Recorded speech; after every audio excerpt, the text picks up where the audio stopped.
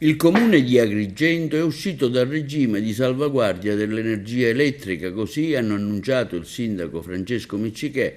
e l'assessore alla programmazione economica, bilancio, finanze Patrizia Lisci. Come più volte ribadito dall'ANCI Sicilia, anche in occasione di una conferenza svoltasi nella giornata di ieri, incombe un costo eccessivo dell'energia elettrica a carico dei comuni siciliani per garantire servizi essenziali ai cittadini e alle imprese, che rappresenta una delle principali voci di spesa dei bilanci. Tale costo deriva dall'applicazione del regime di salvaguardia a cui sono sottoposti i comuni che non riescono a mantenere, per la mancata tempestività del pagamento delle fatture,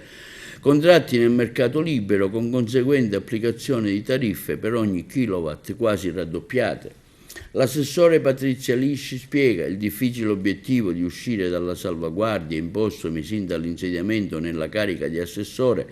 con non poche difficoltà è stato raggiunto dal Comune di Agrigento proprio in questi giorni, ottenendo l'adesione ai contratti Consip in mercato libero dell'energia elettrica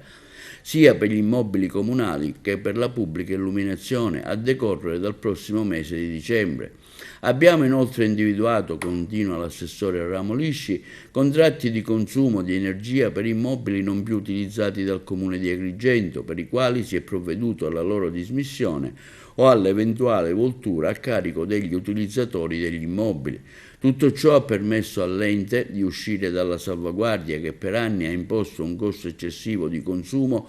di energia elettrica quasi insostenibile per il bilancio del Comune di Agrigento, a discapito di altre spese che l'amministrazione avrebbe potuto sostenere per la città. Ringrazio per il lavoro svolto il personale degli uffici finanziari, del patrimonio e dei servizi a rete del settore lavori pubblici che, pur operando in condizioni di difficoltà organizzative legate alla grave carenza di personale, dimostrano l'impegno nel ricercare ogni possibile soluzione ai problemi esistenti in un faticoso percorso di recupero di efficienza ed economicità dell'azione amministrativa dell'ente. Il sindaco Miccichè ha commentato: ho sempre condiviso e apprezzato il lavoro svolto dall'assessore al ramo Patrizia Lisci e da tutto il personale e dagli uffici preposti, teso a ottimizzare il più possibile la spesa del Comune secondo criteri di razionalità ed efficacia. L'avere superato, conclude il sindaco, il regime di salvaguardia per l'energia elettrica è un altro rilevante passo avanti in questa direzione. Ciò consentirà di liberare risorse finanziarie utili per incrementare e migliorare i servizi resi alla cittadinanza. Proseguiremo, conclude il sindaco, su tale linea di azione amministrativa.